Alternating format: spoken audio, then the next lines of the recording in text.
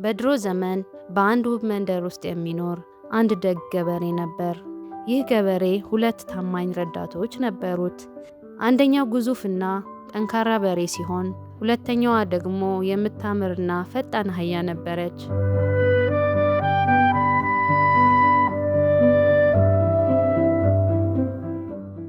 የበሬው ሥራ በጣም ከባድ ነበር። ቀኑን ሙሉ በፀሐይ ስር ማሳውን ሲያርስ ይውላል። ገበሬው በሬው በጣም እንደሚደክመው ስለሚያውቅ ማታ ወደ በረቱ ሲመለስ ብዙና ጣፋጭ ምግብ ይሰጠው ነበር። አህያው ግን የምትሰራው ስራ ቀለል ያለ ነበር። ስለዚህ ገበሬው ለእሷ የሚሰጣት ምግብ ከበሬው ያነሰ ነበር። አህያዋ ግን በዚህ ነገር ደስተኛ አልነበረችም። እንዴት በሬውን ከኔ የበለጠ ምግብ ያገኛል ብላ በቅናት ማሰብ ጀመረች። እናም አንድ ተንኮል አቀደች።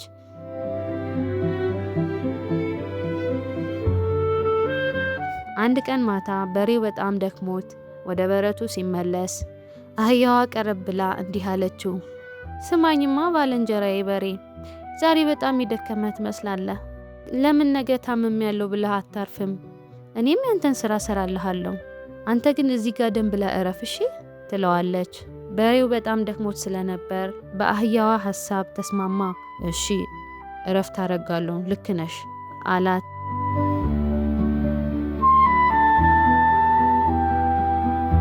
በሚቀጥለው ቀን ጠዋት ገበሬው ወደ በረቱ ሲመጣ በሬው እንደታመመ አሰበ። ከዛም አህያዋን ይዞ ወደ ማሳው ሄደ። አህያዋ የበሬውን ቀንበር ስትጫን በጣም ከበዳት። ቀኑን ሙሉ ማሳውን ለማረስ ሞከረች። ነገር ግን የበሬው ስራ በጣም ከባድ ነበር። እናም ድክም አላት። እግሮቿ ተንቀጠቀጡ። ያኔ ነው የበሬው ስራ ቀላል እንዳልሆነ የተረዳችው።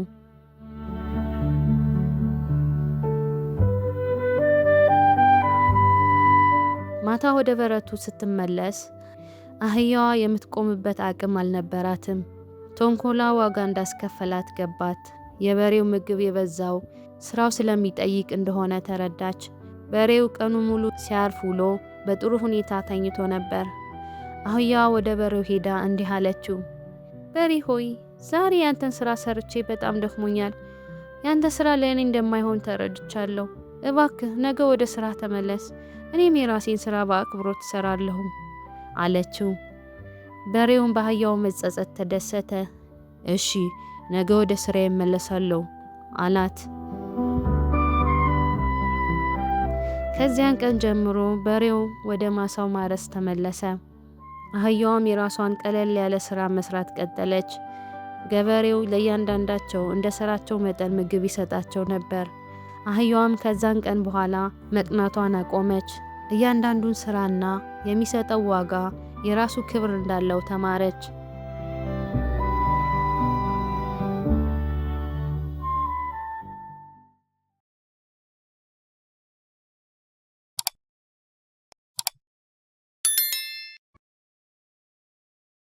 ሰላም የማራኪ ተረቶች ቤተሰብ፣ ዛሬ ደግሞ እንደተለመደው አንድ በጣም የሚያስተምርና የሚያስቅ ተረት ይዘንላችሁ መጥተናል።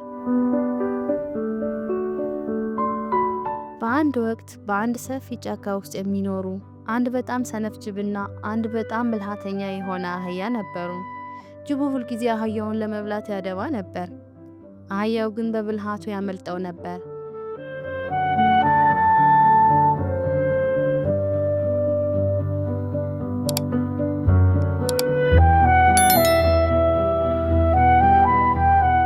አንድ ቀን አህያው ለምለም ሳር እየጋጠ ሳለ በድንገት ከበስተጀርባው የጅብ ሳቅ ሰማ።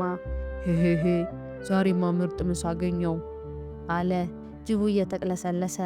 አህያው ደነገጠ። መሮጥ ቢፈልግም ጅቡ በጣም ቀርቦታል። በዚህ ጊዜ አህያው አንድ ብልሃት አሰበ። ቆይ በጉልበት ሳይሆን በብልሃት ማምለጥ አለብኝ አለ ለራሱ። አህያው በአንድ እግሩ ማነከስ ጀመረ።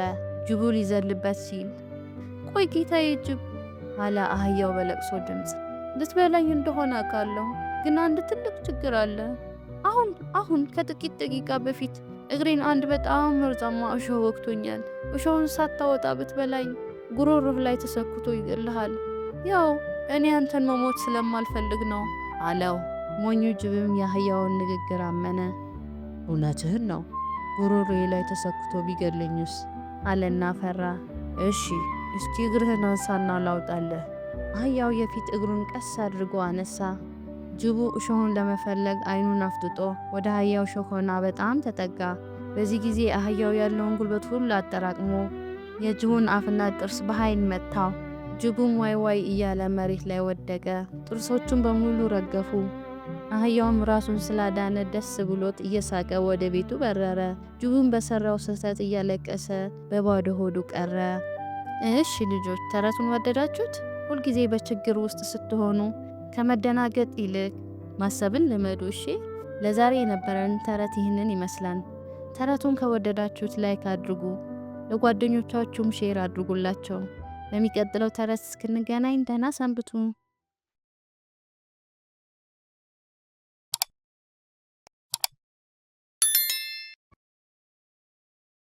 ሰላም ሰላም ውድ የቻናላችን ቤተሰቦች፣ ዛሬ ደግሞ በጣም የሚያስደንቅና የሚያስተምር ታሪክ ይዤላችሁ መጥቻለሁ። ታሪኩ ምን መሰላችሁ? የሶስት ፍየል ግልገሎች ታሪክ ነው። ተዘጋጅታችኋል? እሺ ወደ ታሪኩ እንሂድ። ከዕለታት አንድ ቀን 3 ወንድማማቾች የፍየል ግልገሎች ነበሩ። አንደኛው ትንሹ ግልገል በጣም ትንሽና የሚያምር ነበር። ሁለተኛው ደግሞ ከትንሹ ትንሽ ከፍ ያለ ነበር። ሶስተኛው ደግሞ በጣም ትልቅና ብርቱ ግልገል ነበር። እነዚህ ፍየሎች በሚኖሩበት ቦታ ላይ የሚበሉት ለምለም ሳር አልቆባቸው ነበር። ከወንዙ ማዶ ግን በጣም አረንጓዴና ጣፋጭ ሳር የሞላበት መስክ ይታያቸው ነበር። ነገር ግን ወደዛ ለመድረስ በአንድ ድልድይ ላይ ማለፍ ነበረባቸው። የሚያስፈራው ነገር ግን እዚህ ጋር ነው። በዛ ድልድይ ስር በጣም ክፉ፣ አስቀያሚና አስፈሪ የሆነ አውሬ ነበር። ይህ አውሬ ማንኛውም ሰው በድልድዩ ላይ ሲያልፍ ሰምቶ ወጥቶ ሊበላው ይሞክር ነበር። መጀመሪያ ትንሹ ፍየል ግልገል ወደ ድልድዩ ቀረበ። እግሮቹ ድልድዩን ሲረግጡ ትሪፕ ትራፕ ትሪፕ ትራፕ የሚል ድምፅ አሰሙ። አውሬውም ወዲያውን ሰምቶ በእኔ ድልድይ ላይ ማን ነው የሚረማመደው ብሎ በታላቅ ድምፅ ጮኸ። ትንሹ ፍየል እኔ ነኝ ትንሹ ግልገል፣ ማዶ ካለው መስክ ሳር ልበላ ነው አለው በድፍረትና በትንሽ ድምፅ። እኔማ አሁን መጥቼ እበላሃለሁ ይለዋል። ትንሹ ፍየል ግን እባክህ አትብላኝ፣ እኔ በጣም ትንሽ ነኝ፣ እናም አላጠግብህም። ከኔ ቀጥሎ ትልቅ ወንድሜ ይመጣል፣ እሱን መብላት ትችላለህ ይለዋል። አውሬውም ግልገሉ ትንሽ ስለሆነ ባይበላው እንደሚሻል አሰበ። እሺ ቶሎ እለፍ ይለዋል። ከትንሹ ቀጥሎ መካከለኛው የፍየል ግልገል ወደ ድልድዩ መጣ። እግሮቹም ከትንሹ ትንሽ በረታ። ትሪፕ ትራፕ የሚል ድምፅ አሰሙ። አውሬውም እንደገና ሰምቶ በእኔ ድልድይ ላይ ማን ነው የሚረማመደው ብሎ ጮኸ። መካከለኛው ፍየልም እኔ ነኝ መካከለኛው ግልገል፣ ማዶ ካለው መስክ ሳር ልበላ ነው አለው። አውሬውም እኔማ አበላሃለሁ ብሎ ይመልስለታል። መካከለኛው ፍየል ግን እባክህ አትብላኝ፣ እኔ እንደ ትልቁ ወንድሜ ትልቅ አይደለሁም። ከኔ ቀጥሎ ትልቁ ወንድሜ ይመጣል፣ እሱን ብትበላው ትረካለህ፣ እኔን ብትበላኝ ግን ምንም አልጠቅምህም ይለዋል። አውሬውም ስግብግብ ስለሆነ ብዙ መብላት እንደሚፈልግ አሰበ። እሺ ብያሃለሁ፣ ሂድ እለፍ ብሎ ይመልስለታል። በመጨረሻም ትልቁ የፍየል ግልገል መጣ። ወደ ድልድዩ ሲሄድ እግሮቹ ድልድዩን ሲረግጡ ትሪፕ ትራፕ የሚል አሰሙ። አውሬውም ሰምቶ በእኔ ድልድይ ላይ ማን ነው የሚረማመደው ብሎ በቁጣ ጮኸ። ትልቁ ፍየልም እኔ ነኝ ትልቁ ግልገል፣ ማዶ ካለው መስክ ሳር ልበላ ነው አለው በታላቅ ድምፅ። አውሬውም እኔማ አበላሃለሁ ብሎ ይመልስለታል። ትልቁ ፍየል ግን ሞክረው እስኪና አለው በድፍረትና በንቀት። አውሬውም ቁጣው ጨመረ እና ድልድዩ ላይ ወጣ። ትልቁ ፍየል ግን ምንም አልፈራም። በቀጥታ ወደ አውሬው ሮጦ በቀንዶቹ ወግቶ ወደ ወንዙ ወረወረው። አውሬውም እየጮኸ ወደ ወንዙ ወደቀ። ወደ ወንዙ ከወደቀ በኋላ ሁለቱም ወንድማማቾች ተቀላቀሉት። ሶስቱም ወደ ማዶ መስክ ሄደው ጣፋጭና ለምለም ሳር በሰላም መብላት ጀመሩ። ከዚያን ጊዜ ጀምሮ ያንን ድልድይ ሲሻገሩ አስፈሪ አውሬ አላገኛቸውም። ልጆች እናንተስ ልክ እንደ ትልቁ ፍየል ጎበዝና ደፋር መሆን ትፈልጋላችሁ? ተረቱን ከወደዳችሁት ላይክ ማድረጋችሁንና ለጓደኞቻችሁን ሼር ማድረጋችሁን አትርሱ። በሚቀጥለው ተረት እስክንገናኝ ደህና ሁኑ።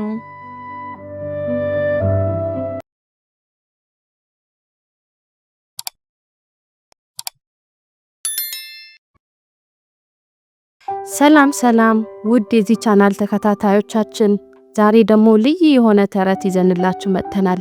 እንድትከታተሉን ደግሞ በአክብሮት እንጠይቃለን። የተረቱ ርዕስ የአምፖሉ ብርሃንና የጨለማው ንጉስ ይባላል።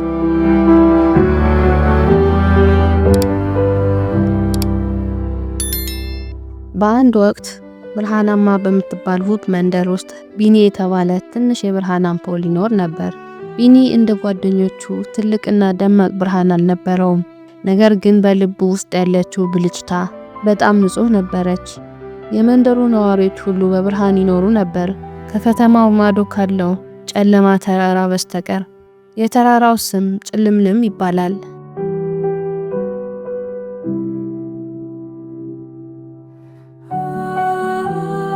አንድ ቀን ምሽት በጭልምልም ተራራ የሚኖር የጨለማ ንጉስ በመንደሩ ደስታ ቀንቶ ትልቅ ጥቁር ብርድ ልብስ ሰማዩ ላይ ጣለ። ድንገት የመንደሩ መብራቶች ሁሉ ጠፉ። ታላላቅ አምፖሎች ብርሃናችን ተሰረቀ ብለው አለቀሱ። መንደሩ በጨለማ ተዋጠ።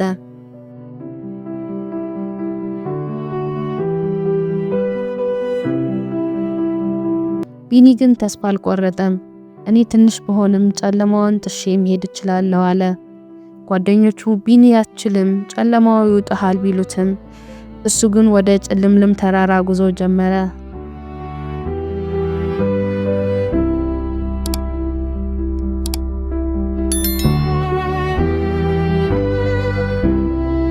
ልጆች እናንተስ ጨለማ ትፈራላችሁ? ቢኒ ግን እንዴት አይነት ደፋር መሰላችሁ! ቢኒ መንገድ ላይ ብዙ አስፈሪ ጥላዎችን አየ። ነገር ግን ቀረብ ብሎ ሲያበራባቸው ጥላዎቹ ተራ ዛፎችና ድንጋዮች ሆኑ። ፍርሃት በጨለማ ውስጥ እንጂ በብርሃን አይኖርም ብሎ ጉዞውን ቀጠለ።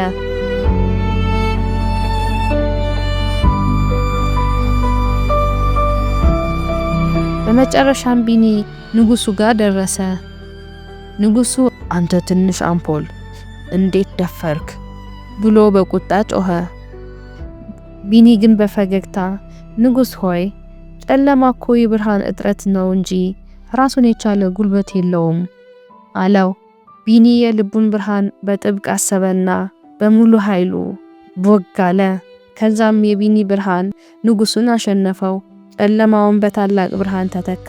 የመንደሩ መብራቶችም በሙሉ በድንገት በርተው ደመቁ። መንደሯ ከመቼው ጊዜ በላይ በብርሃን ተሞላች። የጨለማው ንጉስ ፍቅሩና ብርሃንን ማሸነፍ አይቻልም ብሎ ተሰወረ። ቢኒ ወደ መንደሩ ሲመለስ የመንደሩ አምፖሎች እንደ ጀግና ተቀበሉት። ትንሽ መሆን ደካማ መሆን አይደለም የሚል ትልቅ ትምህርት ለሁሉም አስተማረ። ልጆች፣ በውስጣችሁ ያለው የመልካምነት ብርሃን ማንኛውም ጨለማ ያሸንፋል።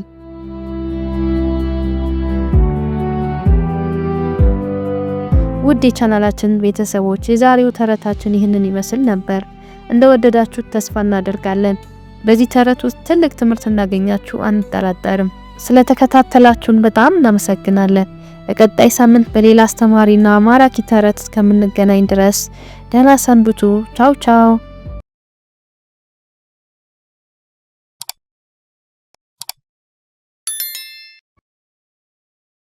በአንድ ወቅት በትልቅ ወንዝ ዳርቻ የሚገኝ ለምለም ደን ነበር። በዚህ ወንዝ ዳር እጅግ በጣም የሚጣፍጥና ጥቁር የሆኑ ፍራፍሬዎች የሚያፈራ አንድ ግዙፍ የጃሙን ዛፍ ይገኛል። በዚሁ ዛፍ ላይ አንድ በጣም ብልህና ደስተኛ ዝንጀሮ ይኖር ነበር። በየቀኑ ከዛፍ ላይ ጣፋጭ ፍሬዎችን እየቀጠፈ ይበላል። የቀረውን ጊዜ ደግሞ በዛፎች ላይ እየተንጠለጠለ በደስታ ያሳልፋል።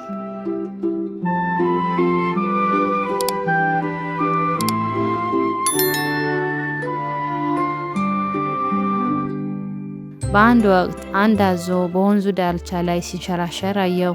አዞው በጣም የተራበ ይመስል ነበር። ዝንጀሮውም በደግነት ጥቂት የጃሙን ፍሬዎችን ቀጥፎ ሰጠው። አዞም ፍሬዎቹን ቀምሶ በጣም ተገረመ። እስካሁን ከበላኋቸው ምግቦች ሁሉ ይሄ ይበልጣል አለው። ከዚያን ቀን ጀምሮ አዞውና ዝንጀሮው የቅርብ ጓደኛሞች ሆኑ።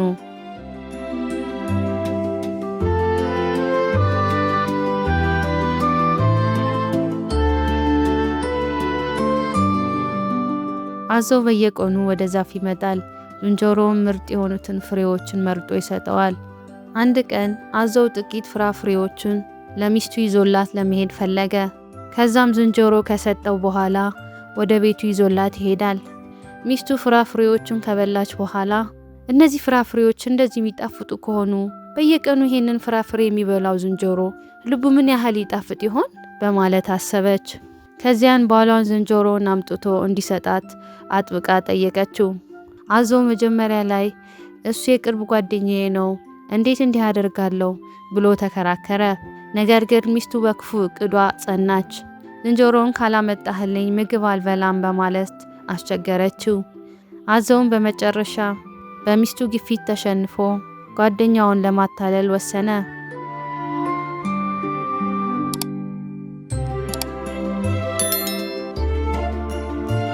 በሚቀጥለው ቀን አዞው ወደ ዝንጀሮው ዘንድ ሄዶ ወዳጄ፣ ዛሬ ሚስቴ ለራት ግብዣ አዘጋጅታለች።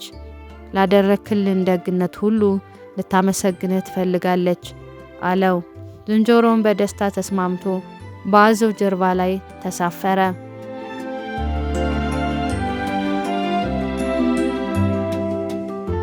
ወደ ወንዙ መሃል ሲደርሱ አዞው ተጸጽቶ እውነቱን ተናገረ። ወዳጄ ይቅር በለኝ፣ ሚስቴ ልብህን ልትበላ ትፈልጋለች አለው። ዝንጀሮውም ለጥቂት ሰከንዶች ደነገጠ። ነገር ግን ወዲያውን ብልሃት መጣለት። እረ ወዳጄ ለምን ቀድመህ አልነገርከኝም? እኛ ዝንጀሮዎች እኮ ልባችን ዛፍ ላይ ነው የምንተወው። አሁን ልቤን ሳሊዝ ብመጣ ሚስትህ ታዝናለች። ስለዚህ ተመለስና ልቤን ላምጣ አለው። ሞኞ አዞው በዝንጀሮው ንግግር ተታለለ። በፍጥነት ወደ ወንዙ ዳርቻ ተመለሰ። ወንዙ ዳር እንደደረሱ ዝንጀሮ በፍጥነት ዘሎ ዛፍ ላይ ወጣ። ከዚያም ወደ አዞው ዝቅ ብሎ በማየት እንዲህ አለው፣ አንተ ሞኝ አዞ፣ ልቡን ከሰውነቱ ለይቶ ዛፍ ላይ የሚተው ፍጥረት አለ እንዴ? እኔ በደግነት ፍራፍሬ ሰጥቼ ስመግብህ፣ አንተ ግን ልትገድለኝ አሰብክ። ክፉ ስለሆን ጓደኝነታችን እዚህ ላይ አብቅቷል። ዝንጀሮ በብልሃቱ ሕይወቱን ሲያተርፍ፣ አዞው ግን ታማኝ ጓደኛውን በማጣቱ እያዘነ ወደ ቤቱ ተመለሰ። እሺ ልጆች፣ ከዚህ ተረት የምንማረው እኛን የሚረዱንና የሚያምኑንን ጓደኞቻችን መቼም መካድ የለብንም። እንዲሁም በአስቸጋሪ ሁኔታ ውስጥ ስንሆን እንደ ዝንጀሮ በብልሃት ማሰብ ይገባናል።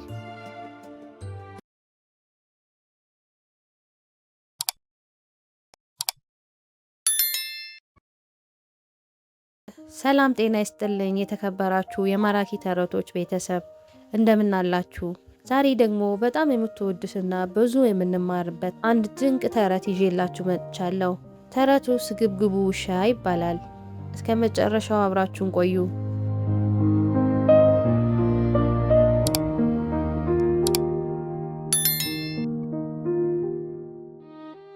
በአንድ ውብ መንደር ውስጥ ሮኪ የሚባል በጣም ጎበዝ ግን ደግሞ ሁልጊዜ የሚራብ ውሻ ነበር። ሮኪ ቀኑን ሙሉ ምግብ ፍለጋ መንደሩን ያስሳል።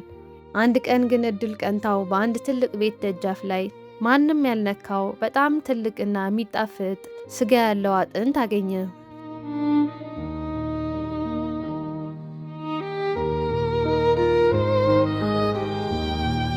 ሮኪ ስጋውን ሲያይ አይኖቹ በደስታ በሩ። ዋው ዛሬ ድግስ ነው ብሎ አሰበ። ስጋውን ማንም ሳይቀማው ብቻውን ተረጋግቶ ለመብላት ወሰነ። በአፉ አጥብቆ ያዘውና ወደ ጫካው አቅጣጫ መሮጥ ጀመረ።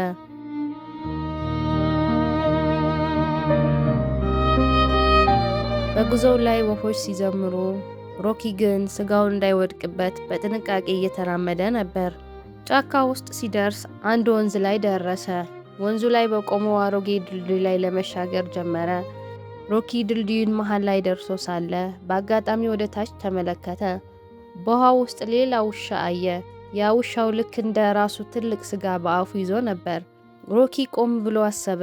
ያኛው ውሻ የያዘው ስጋ ከእኔ ይበልጣል፣ እሱን ቀምቼ ሁለቱንም ብበላስ የሚል ስግብግብነት መጣበት። ሮኪ ያንን ውሻ ለማስፈራራትና ስጋውን ለማስጣል ወሰነ። አፉን በትልቁ ከፍቶ ሲጮህ በአፉ የነበረውን እውነተኛ ስጋ ተንሸራርቶ ውሃ ውስጥ ገባ።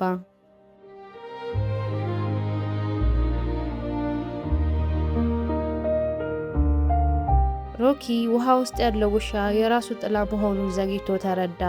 አሁን ምንም ስጋ የለውም። በራሱ ስግብግብነት የነበረውን አጣ። በመጨረሻም አዝኖና ተክዞ ወደ ቤቱ ተመለሰ።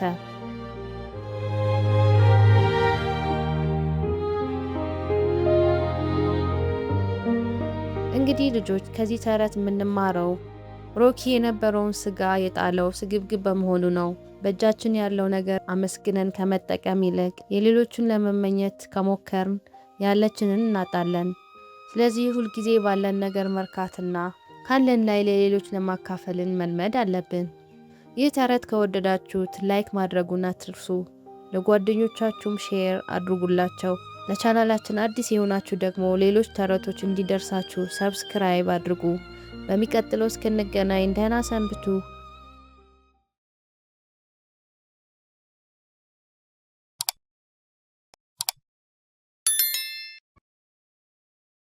ሰላም ሰላም ውድ ልጆች፣ ዛሬ ደግሞ አንድ በጣም ደስ የሚልና አስተማሪ ተረት ይዘንላችሁ መጥተናል። ተረቱ ስለማን መሰላችሁ? ስለ አንዲት ቆንጆ ልጅና ስለ 3 ድቦች ነው። አዎ 3 ድቦች። ዝግጁ ናችሁ? እንግዲያውስ ወደ ተረቱ እንሂድ። ተረት የላም በረት አላችሁ? እሺ።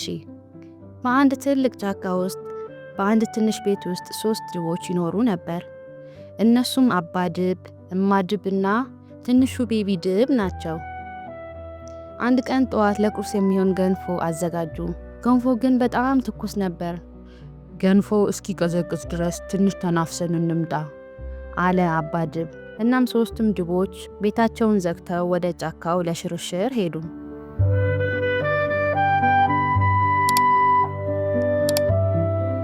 በዚያው ጫካ ውስጥ ወርቅነሽ የምትባል አንዲት ቆንጆ ልጅ ትኖር ነበር። ፀጉሯ ልክ እንደ ወርቅ ያበራ ነበር። ወርቅነሽ ስትጫወት ቆይታ ደከማት። የድቦቹን ቤት አየች። ቀረብ ባለችና በሩን አንኳኳች። ታታታታታ አረገች። ማንም የለም። በሩን ገፋ አደረገችው። በሩ ግን አልተቆለፈም ነበር። ወርቅነሽ ወደ ውስጥ ገባች። በጣም ርቧት ነበር። በአጋጣሚ ደግሞ ጠረጴዛው ላይ 3 ሳህን ገንፎ አየች። መጀመሪያ ከትልቁ ከአባ ድብ ሳህን ቀመሰች። አይ ይሄ በጣም ይሞቃል አለች። ከመካከለኛው ከእማ ድብ ሳህን ቀመሰች። አይ ይሄ ደግሞ በጣም ይቀዘቅዛል አለች። በመጨረሻም ከትንሹ ከቤቢ ድብ ሳህን ቀመሰች። ዋው ይሄ ልክ ነው፣ በጣም ይጣፍጣል አለች። ወርቅነሽ የትንሹን ድብ ገንፎ ሁሉንም በላችው፣ ጨረሰችው።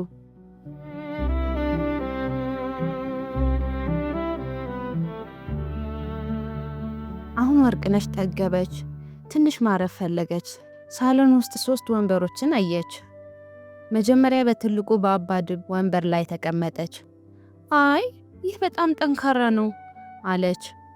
ቀጥላም በመካከለኛው በእማ ድብ ወንበር ላይ ተቀመጠች። አይ ይህ ደግሞ በጣም ለስላሳ ነው አለች። በመጨረሻ በትንሹ በቤቢ ድብ ወንበር ላይ ተቀመጠች። ዋው ይህ ልክ ነው፣ በጣም ይመቻል አለች።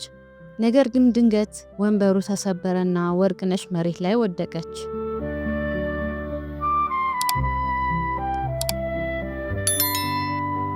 አሁን ወርቅነሽ በጣም ደክሟታል። እናም እንቅልፏ መጣባት። ስለዚህ መተኛት ፈለገች። ወደ መኝታ ቤት ሄደችና 3 አልጋዎችን አየች። መጀመሪያ በትልቁ በአባ ድብ አልጋ ላይ ተኛች። አይ ይህ በጣም ጠንካራ ነው አለች። ቀጥላ በመካከለኛው እማ ድብ አልጋ ላይ ተኛች። አይ ይህ ደግሞ በጣም ለስላሳ ነው አለች። በመጨረሻ በትንሹ በቤቢ ድብ አልጋ ላይ ተኛች። ዋው ይህ ልክ ነው፣ በጣም ይመቻል አለች። ወርቅነሽ በትንሽ አልጋ ላይ ጣፋጭ እንቅልፍ ወሰዳት።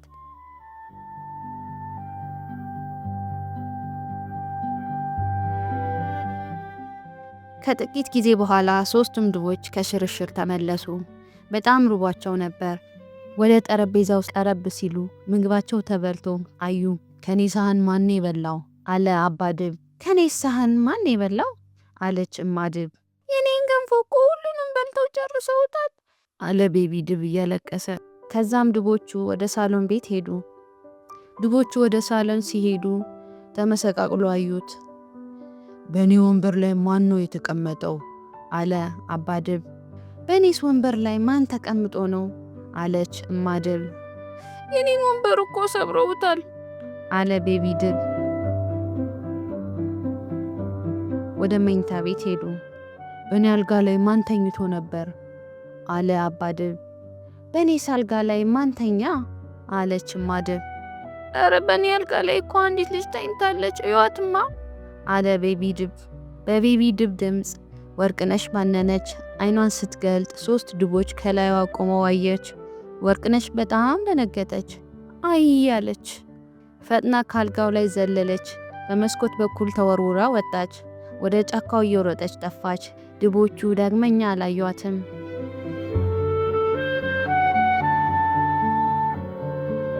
እናም ውድ ልጆች ወርቅነሽ በሰው ቤት ያለ ፍቃድ መግባት እንደሌለባች ተማረች። ድቦች ቤታቸውን ሁልጊዜ መቆለፍ እንዳለባቸውም ተረዱ። ከዚህ ተረት ምን እንደምንማር ታውቃላችሁ ልጆች? የሰውን ንብረት ማክበር።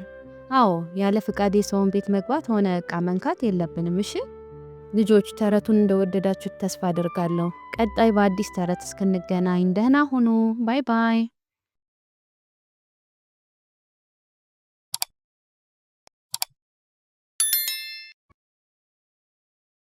ዝሆንና አንበሳ።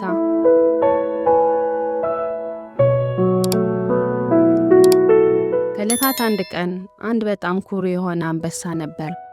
እናም ሁልጊዜ ከሱ በላይ በጉልበት የሚበልጥ ሌላ እንስሳ እንደሌለ ሁልጊዜ በኩራት ያወራ ነበር። እኔ በጣም ጠንካራ ነኝ፣ እናም ሁሉም እንስሶች እኔን ይፈሩኛል ይል ነበር። አንድ ቀን ዝሆን ውሃ እየጠጣ ያገኘዋል። እየሳቀ እንዲህ ይለዋል፣ አንተ በጣም ግዙፍ ነህ፣ ነገር ግን በጣም ፈዛዛ ስለሆንክ ሁለታችን ብንገጥም እኔ በቀላሉ አሸንፈሃለሁ አለው። ዝሆኑም ፈገግ አለና ጥንካሬ እኮ በመጣላት አይለካም ብሎ መለሰለት።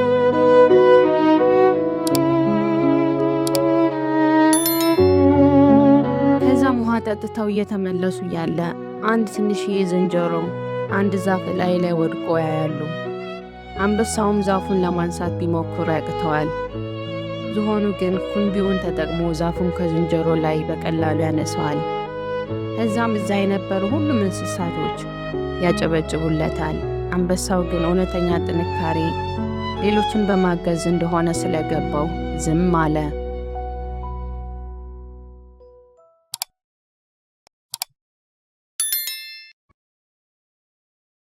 ሶስቱም ትናንሽ አሳማዎችና ተኩላው።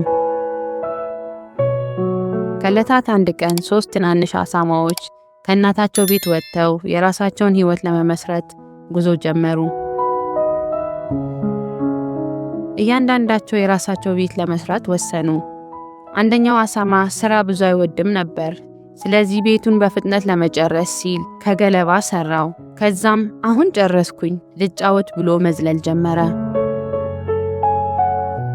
ሁለተኛው አሳማ ደግሞ ከአንደኛው አሳማ ትንሽ ጠንከር ያለ ቤት መስራት ፈለገ። ነገር ግን እሱም ቢሆን በጣም ስለቸኮለ ቤቱን ከእንጨት ሰራ። ከዛም እንዲህ አለ፣ የኔ ቤት ከገለባ ይሻላል ብሎ ደስ ብሎት መጫወትና መዝለል ጀመረ። ሶስተኛው አሳማ ግን በጣም ብልህና ታታሪ ነበር። አንድ ቀን ክፉ ተኩላ ሊመጣ ይችላል ብሎ በማሰብ ቤቱን ከጡብና ከሲሚንቶ በደንብ አጠንክሮ ሰራ። ወንድሞቹም ለምን እንዲህ ትለፋለህ ብሎ ቢሳለቁበትም እሱ ግን እነሱን ሳይሰማ ቤቱን በሚገባ አጠናቀቀ። አንድ ቀን ክፉ ተኩላው መጣና መጀመሪያ ገለባ ቤት የሰራውን አሳማ ጋር ሄዶ እንዲከፍትለት ያንኳኳል። አሳማው እምቢ ሲለው እፍ ብዬ ቤቱን አፈርሰዋለሁ አለ። ከዛም እፍ ሲል የገለባውን ቤት ፈረሰ።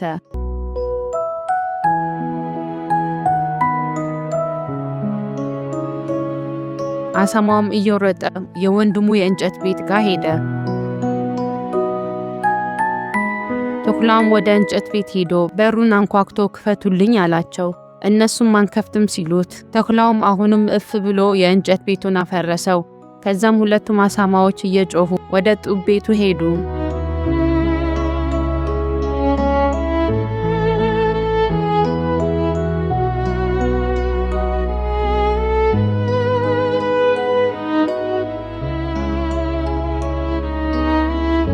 ተኩላውም ከጡብ የተሰራው ቤት ጋር ሄዶ በሙሉ ኃይሉ ቤቱን ለማፍረስ ቢሞክርም ቤቱ ጠንካራ ስለነበር ሊያፈርሰው አልቻለም። ከዛም በጣም ተበሳጨና ወደ ጣሪያው ወጥቶ በጭስ መውጫው በኩል ወደ ቤቱ ውስጥ ለመግባት ሲሞክር የቤቱ ማሞቂያ ላይ ወደቀ። ማሞቂያውም እሳት ስለነበረው ይቃጠላል። በመጨረሻም ሰውነቱ በእሳት ቆስሎ ወደ ጫካው ፈረጠጠ። ከዛም ሶስቱ አሳማዎች በደስታና በሰላም መኖር ጀመሩ። ክፉ ተኩላና ብልሁ ጎሽ። ከዕለታት አንድ ቀን በአንድ ጥቅጥቅ ባለ ጫካ ውስጥ የሚኖር በጣም ተንኮለኛና ክፉ ተኩላ ነበር። ይህ ተኩላ ሁልጊዜ ትናንሽ እንስሳትን በማሳደድና በማስፈራራት ይታወቃል። አንድ ቀን ግን በጫካው ዳርቻ ላይ በጣም ግዙፍና ጠንካራ የሆነ ጎሽ ሳር ሲግጥ አየ። ተኩላው ጎሹን ሲያይ ምራቁን ዋጠ። ይህንን ግዙፍ ጎሽ ከበላው ለብዙ ቀናት አይርበኝም ብሎ አሰበ።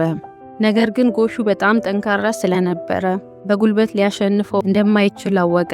ስለዚህ የሆነ ተንኮል አሰበ። ተኩላው በለሰለሰ ድምፅ ወደ ጎሹ ቀረብ ብሎ እንዲህ አለው፣ ወዳጄ ጎሽ እንዴት ነህ? እዛ ማዶ ከወንዙ ማዶ በጣም ለምለምና ጣፋጭ የሆነ ሳር አለ። አብረን ሄደን ምንበላ ደስ ይለኛል አለው። ጎሹ ግን ተኩላው ለምን እንደመጣ ወዲያውን ገባው። የተኩላውን ክፋት ያውቅ ስለነበር በብልሃት ለመመለስ ወሰነ። እሺ ወዳጄ ተኩላ አለ ጎሹ በተረጋጋ ድምፅ፣ ግን ወደዚያ ከመሄዳችን በፊት አንድ ጨዋታ እንድንጫወት ፈልጋለሁ። እኔ እደበቃለሁ፣ አንተ ደግሞ ትፈልገኛለህ። ዓይንህን ጨፍነ እስከ 10 ድረስ ቁጠር አለው። ተኩላውን በልቡ ጎሹን ካዘናጋሁት በኋላ ለመዝለል ያመቸኛል ብሎ ደስ አለው። ዓይኑን አጥብቆ ጨፈነና መቁጠር ጀመረ።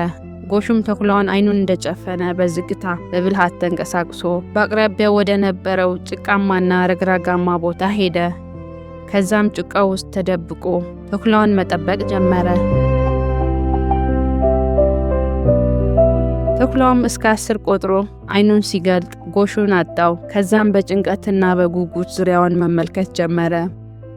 በጭቃ ውስጥ የተደበቀውን ጎሽ ሳያየው ሲቀር ብልሁ ጎሽ በድንገት ተነስቶ በኃይለኛው ቀንዶቹ ወርውሮ መታው።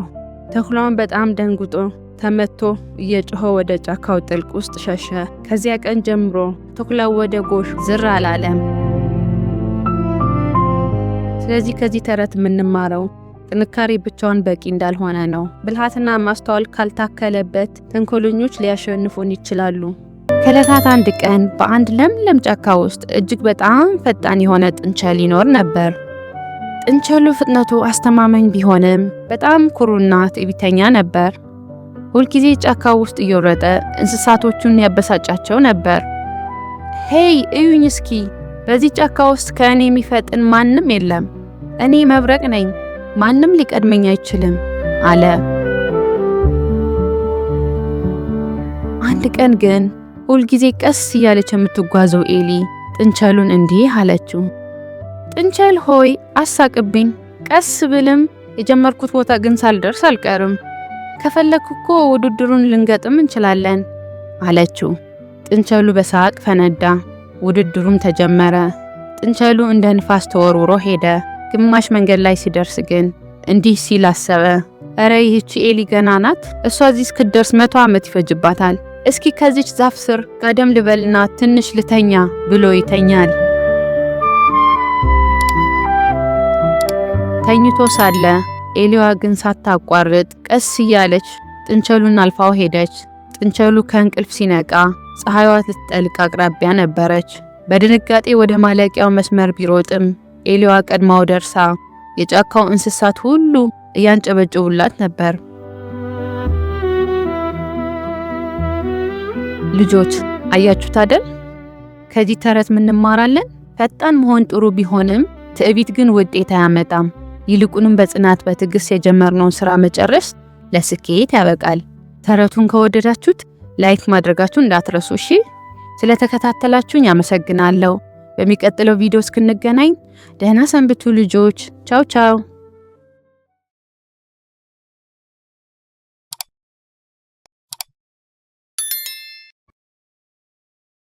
በአንድ ወቅት በአንድ ሩቅ እርሻ ውስጥ ብዙ ዳክዬዎች አብረው ይኖሩ ነበር።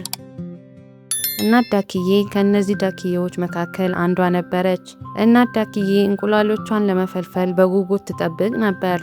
አንድ ቀን እንቁላሎቹ መፈልፈል ጀመሩ። 5 ትናንሽ ዳክዬዎች ተፈለፈሉ። 4ቱ ዳክዬዎች በጣም የሚያምሩ ነበሩ። ነገር ግን 5ኛው ዳክዬ ከሌሎች የተለየ ነበር። እሱ ትልቅ፣ ግራጫና አስቀያሚ ነበር። እናት ዳክዬ ግራ ተጋባች። እንዴት እንዲህ አይነት አስቀያሚ ዳክዬ ተፈለፈለ ብላ አሰበች። ሌሎች ዳክዬዎች በአስቀያሚው ዳክዬ ላይ መሳቅ ጀመሩ። አስቀያሚው ዳክዬ፣ አስቀያሚው ዳክዬ እያሉ ይሳለቁበታል። እናት ዳክዬም በአስቀያሚው ዳክዬ ግልገል ላይ ታፍር ነበር።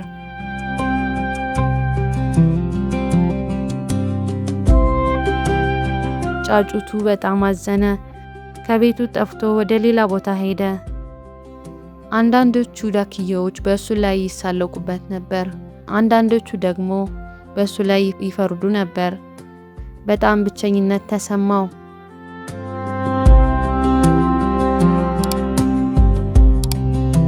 አንድ ቀን በአንድ ኩሬ ውስጥ ቀይ ዳክዬዎችን አየ። ዳክዬዎቹ በጣም የሚያምሩ ነበሩ።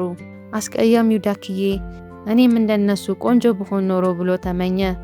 እናም ከነሱ ጋር አብሮ መዋኘት ጀመረ። ቀይ ዳክዬዎቹ በአስቀያሚው ዳክዬ ጫጩት አልሳቁም። እንዲያውም ከነሱ ጋር እንዲቀላቀል ጋበዙት። አስቀያሚው ዳክዬ ከቀይ ዳክዬዎች ጋር አብሮ መኖር ጀመረ። ቀስ በቀስ እያደገ መጣ። የእሱ ግራጫ ቀለም ጠፋ። የእሱ ትልቅ አካል ደግሞ ቀስ በቀስ ወደ ቀይ ቀለም ተቀየረ። አሁን ቆንጆ ቀይ ዳክዬ ሆነ። በመጨረሻም አስቀያሚው ዳክዬ በአስቀያሚው ዳክዬዎች እርሻ ላይ ተመለሰ። ሌሎች ዳክዬዎች በአስቀያሚው ዳክዬ ግልገል ላይ አልሳቁም። እንዲያውም በእሱ ላይ ይደነቁ ነበር። እንዴት እንዲህ አይነት የሚያምር ዳክዬ ተወለደ እያሉ ይጠይቁ ነበር። አስቀያሚው ዳክዬ በጣም ደስተኛ ሆነ።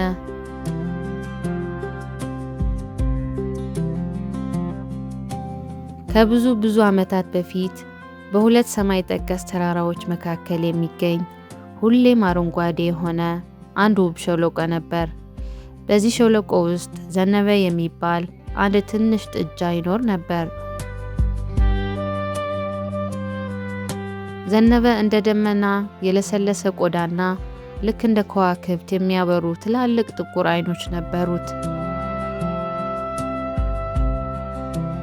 በሸለቆ ያሉት ሌሎች ከብቶች ቀኑን ሙሉ ሳር በመጋጥና በመተኛት ብቻ ይደሰቱ ነበር።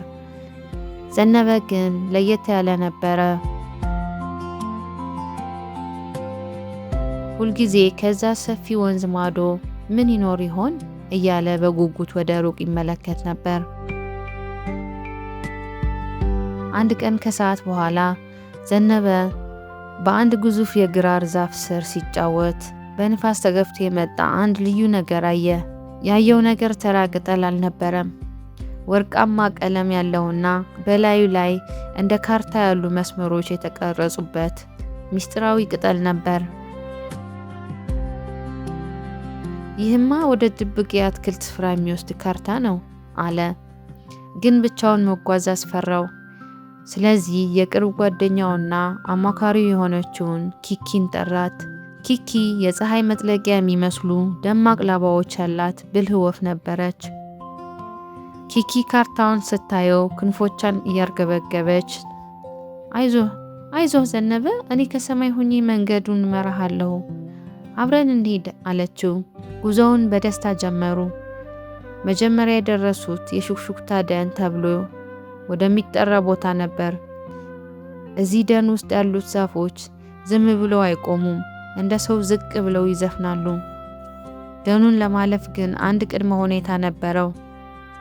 ዘነበ ከዛፎቹ ጋር አብሮ ማዜም ነበረበት። ዘነበም ድምፁን አጥፍቶ እያለ ሲያዜም የዛፎቹ ቅርንጫፎች እንደ በር ተከፍተው መንገድ ሰጡት።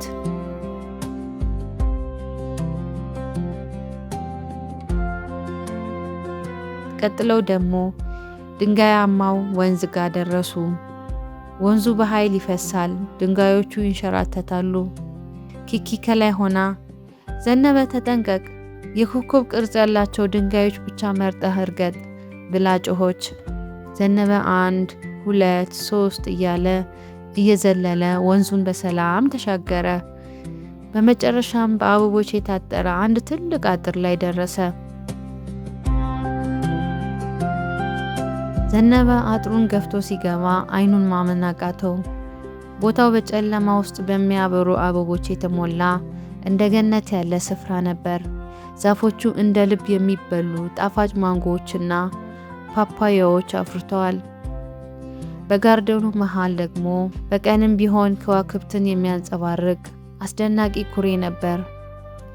ዘነበና ኪኪ በዚህ አስደናቂ ቦታ ብቻቸውን ቢዝናኑም ዘነበ ግን አንድ ነገር አሰበ። ይህ ቦታ ሚስጥር ሆኖ መቅረት የለበትም፣ ለጓደኞቻችን መንገር አለብን አለ። ኪኪ ግን ለሁሉም ከነገርን ቦታው እንዴት እንደሚስጥር ሆኖ ይቀራል አለችው። ዘነበ ፈገግ ብሎ ሚስጥር ለብቻ ሲሆን ያስገምታል ኪኪ፣ ደስታ ግን ሲካፈሉት ይጨምራል አላት። በማግስቱ ጧት ዘነበና ኪኪ መላውን መንጋ እየመሩ ወደ ድብቅ የአትክልት ስፍራ ወሰዷቸው። ሁሉም ከብቶች በደስታ ዘለሉ፣ ጣፋጩን ፍሬ በሉ፣ በሚያበራው ሳር ላይም ተጫወቱ። ከዚያን ቀን ጀምሮ ዘነበ የሸለቆ ጀግና ተጓዥ ተባለ። የአትክልት ስፍራም የሁሉም እንስሳት የሰላምና የደስታ ቦታ ሆነ።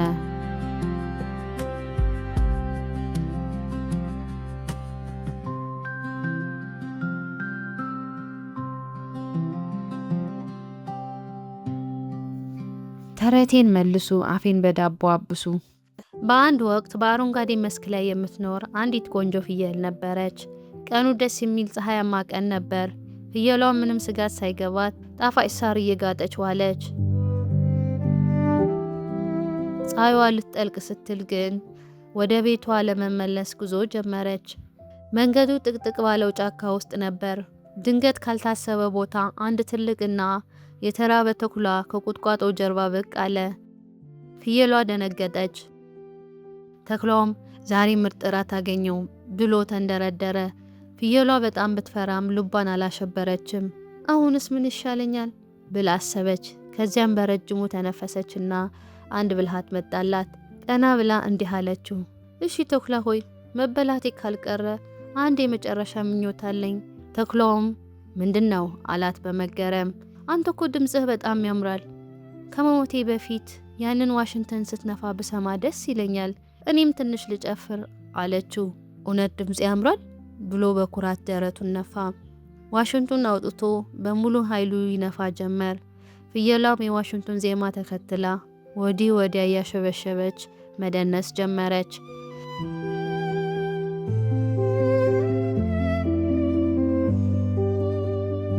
የዋሽንቱ ድምፅ ጫካውን ሁሉ ሞላው።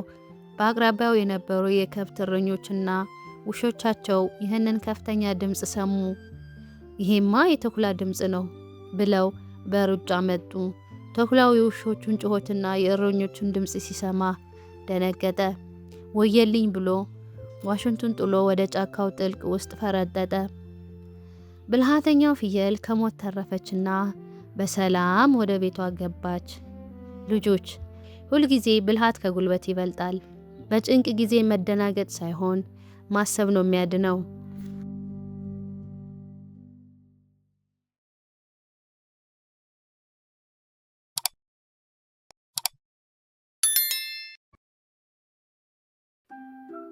ሰላም ሰላም ልጆች፣ እንዴት ናችሁ? ዛሬ በጣም የሚያስገርም አስደሳችና ትንሽ የሚያስፈራ ታሪክ ይዤላችሁ መጥቻለሁ። ወደ ትልቅ ተራራ የሚያክል ሰማይ የነካ የእህል ተክል አይታችሁ ታውቃላችሁ? ወይ ደግሞ ደመና ላይ ስለሚኖር ትልቅ ሰውና ስለሚናገር በገና ሰምታችሁ ታውቃላችሁ? ዛሬ የማወራላችሁ ታሪክ ስለዚሁ ነው። እሺ፣ ታሪኩ ጃክና የአስማት ባቄላ ይባላል። እሺ፣ ዝግጁ ናችሁ? እንግዲያውስ እጆቻችሁን አጣጥፏችሁ፣ አይኖቻችሁን ከፈት አርጋችሁ፣ ጆሮቻችሁን አቅንታችሁ ስሙኝ። እሺ፣ የዛሬ ታሪካችን የሚጀምረው በጣም ድሃ የነበሩ አንዲት እናትና ልጃቸው ነው። ልጃቸው ጃክ ይባላል። ምንም እንኳ ድሃ ቢሆኑም ጃክ በጣም ጎበዝና ደግ ልጅ ነበር። አንድ ቀን ግን ሁሉም ነገር ተለወጠ። ይህ የሆነው ጃክ አንድ ምስጢራዊ ሽማግሌ ካገኘ በኋላ ነው። ያ ሽማግሌ ምን እንደሰጠው ታውቃላችሁ? አዎ፣ የአስማት ባቄላ። ግን ይሄ ባቄላ ጃክን የት ነው የሚወስደው? ሰማይ ላይ ወደሚገኘው ግዙፍ ቤተ መንግስት ወይስ ወደ አደገኛው ቦታ? እሺ፣ ሁላችሁም ዝግጁ ከሆናችሁ የጃክን ታሪክ መስማት እንጀምር።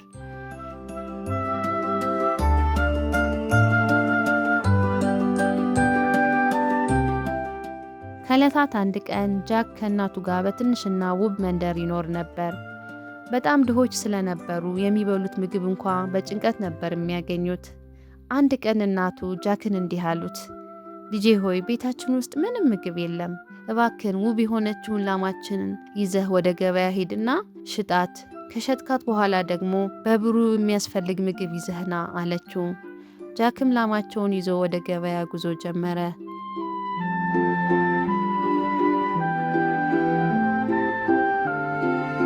በመንገድ ላይ ግን አንድ በጣም የሚያስደንቅ ነገር ተከሰተ። ረጅም ነጭ ጢም ያለው አንድ እንግዳ ሽማግሌ ያገኘ። ሽማግሌው ጃክን በደግነት ተመለከቱትና ልጄ፣ ላምህን ወደ ገበያ እየወሰድክ ነው? ይህችን ላም ስጠኝና 5 አስማታዊ የባቄላ ፍሬዎችን እሰጥሃለሁ አለው። ጃክ በሐሳቡ ተስማምቶ ባቄላዎቹን ይዞ ወደ ቤቱ ተመለሰ።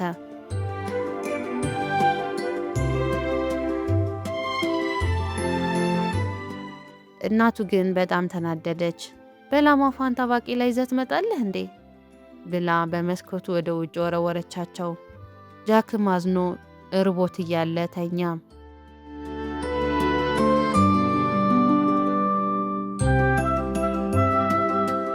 ነገር ግን በማግስቱ ጠዋት የሆነው ነገር ማንም ያላሰበው ነበር።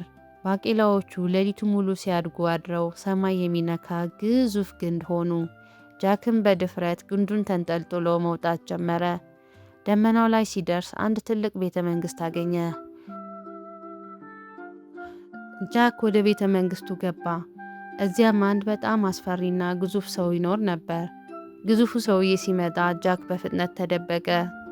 ግዙፉ ሰውዬ ኡፍ፣ የአንድ ሰው ጠረን ይሸተኛል እያለ ሲፎክር ጃክ እየተንቀጠቀጠ ይመለከት ነበር። ግዙፉ ሰውዬ ምግብ በልቶ ሲጨርስ አንዲት ዶሮ አመጣ። እንቁላል ጣይ ሲላት ዶሮዋ የወርቅ እንቁላል ጣለች።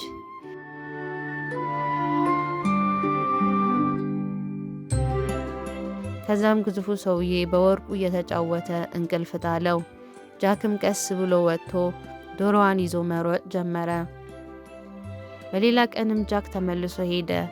በዚህ ጊዜ ደግሞ ግዙፉ ሰውዬ በራሱ ጊዜ የሚጫወት አስማታዊ በገና ነበረው። በገናውን በጣም ደስ የሚል ዜማ ይጫወት ነበር። ጃክ ሰውየው ከተኛ በኋላ በገናውን ሊወስድ ሲል በገናው ጌታዬ ሆይ ሌባ እየወሰደኝ ነው ብሎ ጮኸ። ግዙፉ ሰውዬ ነቃና ጃክን ለመያዝ ተከተለው። ጃክ በፈጣን ፍጥነት በባቄላው ግንድ ላይ መውረድ ጀመረ። ግዙፉም ሰውዬ እየተከተለው ነበር። ጃክ መሬት እንደደረሰ ግንዱን በመጥረቢያ ቆረጠው። ከዛም ግዙፉ ሰውዬ መውረጃ አጥቶ ወደ ታች ሳይወርድ ቀረ።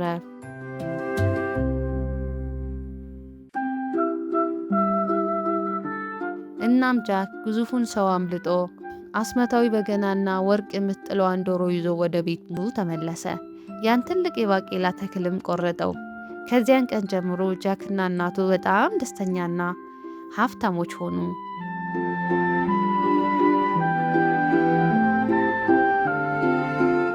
አያችሁ ልጆች፣ ጃክ በጣም ደፋር ነበር። ምንም እንኳ ግዙፍ ሰው ቢያስፈራውም እናቱን ለመርዳት ድፍረት አሳየ።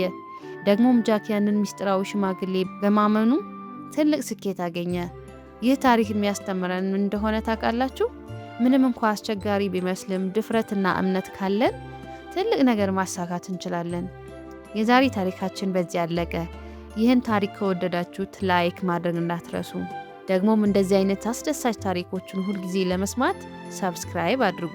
በሚቀጥለው ጊዜ ሌላ የሚያምር ታሪክ ይዤላችሁ እስክመጣ ድረስ ደህና ሁኑ። ቻው ቻው።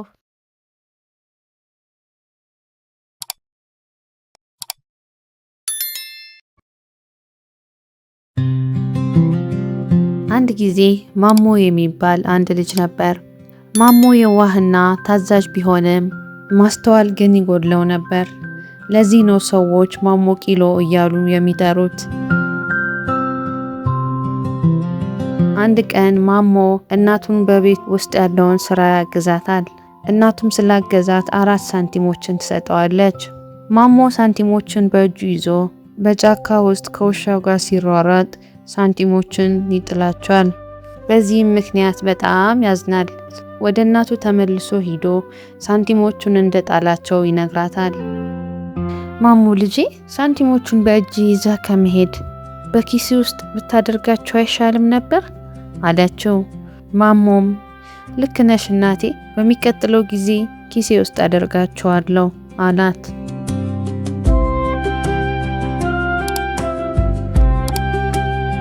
በሌላ ቀን እናቱ ማሞን ወደ ጎረቤት ላከችው። ጎረቤቱም ለማሞ አንዲት የዋህ ድመት ሰጠው። ማሞ የእናቱን ምክር አስታወሰና ድመቷን ወደ ኪሱ ውስጥ ወሽቆ ወደ ቤቱ መራመድ ጀመረ። ነገር ግን ድመቷ ኪሱ ውስጥ ስለነበረች ታፈነች። እናቱም ድመቷን ስታያት በጣም ደነገጠች። ማሞ ልጄ፣ ምን እያደረክ ነው? ድመቷን ኪሱ ውስጥ አድርገህ ከመሄድ በገመድ እግሯን አስረህ እየሳብካት ብትመጣ አይሻልም ነበር አለችው። ማሞም አዎ እናቴ ልክ ነሽ፣ በሚቀጥለው ጊዜ እንደዛ አድርጋለሁ አላት።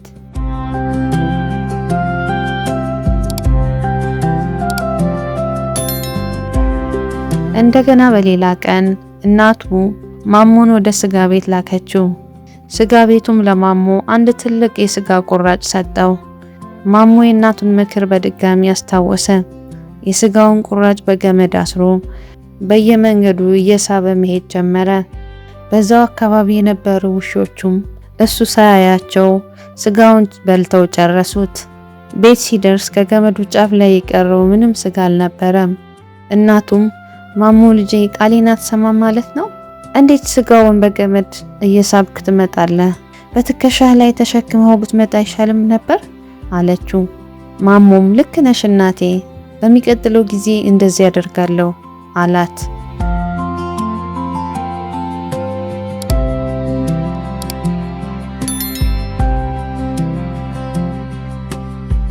በሌላ ቀንም እናቱ ማሞን ወደ ገበያ ላከችው። ገበያተኛውም ለማሞ አንድ ትንሽ አህያ ሰጠው።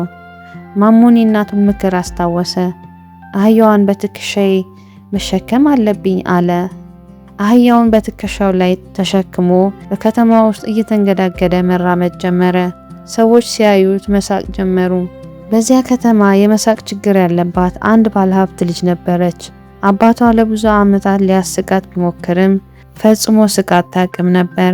ባለሀብቱ ልጄን የሚያስቃት ማንኛውም ሰው ግማሽ ንብረቴን እሰጠዋለሁ ብሎ ነበር። በዚያን ጊዜ ማሞ አህያዋን በትከሻው ተሸክሞ በቤታቸው ፊት አለፈ። ልጅቷ ማሞ አህያዋን ተሸክሞ ስታየው ለመጀመሪያ ጊዜ ሳቀች። ባለሀብቱም በጣም ተደሰተ። ማሞና እናቱን ወደ ቤቱ ጠርቶ ብዙ ወርቆችን ሰጣቸው። እናም በመጨረሻ ማሞና እናቱ ለዘላለም በደስታ መኖር ጀመሩ። ቪዲዮን ከወደዳችሁት ላይክ፣ ሼር ማድረግና ሳብስክራይብ ማድረግ እንዳትረሱ። ስላዳመጣችሁን በጣም እናመሰግናለን። በሚቀጥለው ጊዜ በሌላ አስቂኝ ተረት እስክንገናኝ ሰላም ሁኑ። ቻው።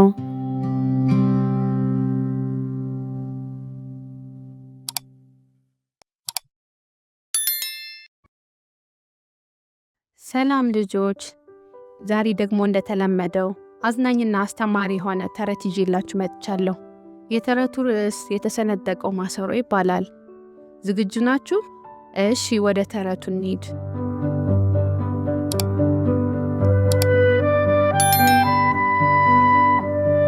ከረጅም ጊዜ በፊት በአንድ ውብ መንደር ውስጥ የሚኖር አንድ ደግ ውሃ ተሸካሚ ነበር። ይህ ሰው በየቀኑ 2 ትላልቅ ማሰሮዎችን በዱላ ተሸክሞ ከወንዝ ውሃ ያመጣ ነበር።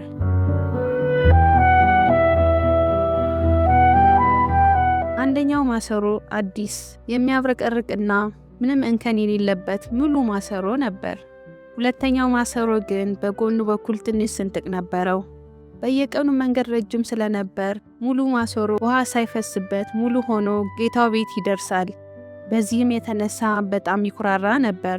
አያችሁ፣ እኔ ጎበዝ ነኝ፣ አንድ ጠብታ ውሃ እንኳን አላባክንም፣ እንደዛኛው የተሰነጠቀ ማሰሮ አይደለሁም ይላል። የተሰነጠቀው ማሰሮ ግን በጣም ያዝን ነበር። ግማሽ ውሃው መንገድ ላይ ስለሚፈስ ራሱን ዝቅ አድርጎ ይመለከት ነበር። አንድ ቀን የተሰነጠቀው ማሰሮ ለጌታው እንዲህ አለው፣ ጌታዬ ሆይ በጣም ይቅርታ፣ እኔ ደካማ ነኝ። በዚህ ስንጥቄ ምክንያት ግማሹን ውሃ መንገድ ላይ እያፈሰስኩ ለድካምህ የሚገባ ውሃ አላቀረብኩልህም ይለዋል። ጌታው ደግሞ በደግነት ፈገግ ብሎ አይዞ ማሰሮዬ፣ ዛሬ ወደ ቤት ስንመለስ መንገድ ዳር ያለውን ነገር አስተውልሃል? እስኪ ወደ ኋላ ወደ ወንዙ ስንሄድ በደንብ ተመልከት ይለዋል።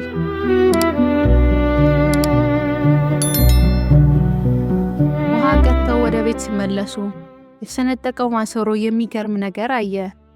እሱ በሚንጠለጠልበት በኩል ያለው መንገድ በሙሉ ውብ አበቦች ተሞልቷል። አየህ፣ እኔ ያንተን ስንጥቅ አውቅ ነበር። ስለዚህ በአንተ በኩል የአበባ ዘሮችን ዘርቼ ነበር። አንተ በየቀኑ ውሃ ስታፈስላቸው እነሆ ዛሬ ለቤቴ ውበት የሚሆኑ አበቦች አፈሩ። አንተ ባትሰነጠቅ ኖሮ እነዚህ አበቦች አይኖሩም ነበር አለው። ከዛን ቀን ጀምሮ የተሰነጠቀው ማሰሮ በጣም ደስተኛ ሆነ።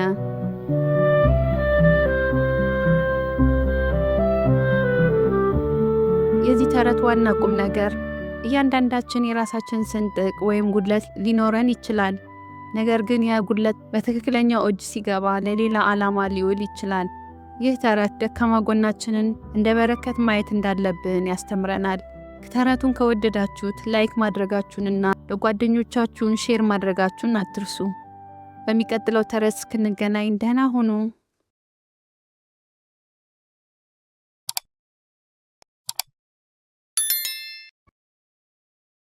ደስተኛዋ ቀጭኔ። ከዕለታት አንድ ቀን አንድ ቲና የምትባል ቀጭኔ ነበረች። አንገቷና እግሮቿ በጣም ረጃጅምና ቀጭን ናቸው።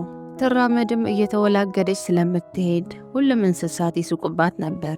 ስሚማ ቲና፣ ስትራመጂ እኮ ጫካውን ሙሉ ነው የሚንቀጠቀጠው እያሉ ያሾፉባታል። ቲናም በጣም ታዝናለች። ለምንድነው ሁሉም የሚያሾፉብኝ ብላ አሰበች። አንድ ቀን በጫካው ውስጥ ትልቅ የዳንስ ድግስ ተደገሰ። እነ ዝሆን፣ እነ ዝንጀሮ፣ እነ አንበሳ፣ እነ ጥንቸልና ወፎች ሁሉም አንድ ላይ እየደነሱ ነበር። ቲናም ድግሱን ተቀላቀለችና መደነስ ጀመረች። እየተወላገደች እየጨፈረች ስለነበር ትወድቃለች። እናም እዛ የነበሩ ሁሉም እንስሳት ይስቁባታል። ቲናም በጣም አፈረችና እየሮጠች ከድግሱ ወጥታ ማልቀስ ጀመረች።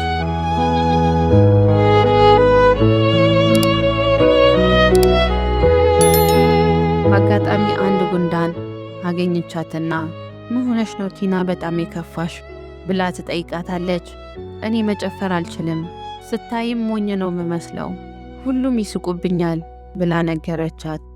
ጉንዳናም ፈገግ አለችና ቲና የተሳሳተ ሙዚቃን ያዳመጥሽው፣ የልብሽን ሙዚቃ አድምጪ ብላ ነገረቻት። በድንገት አንድ ለስለስ ያለ ቆንጆ የሆነ ዜማ አየሩን ሞላው። ጨረቃውም ደምቃ ብርሃኗን ለግሳለች። ቲና አይኗን ጨፍና መንቀሳቀስ ጀመረች። ቀስ በቀስ ረጋ ባለ መንፈስ ረጃጅም እግሮቿ በጥበብ መንቀሳቀስ ጀመሩ። አንገቷን በተረጋጋ ሁኔታ መንቀሳቀስ ጀመረ። እናም እንደ ኮከብ መደነስ ጀመረች።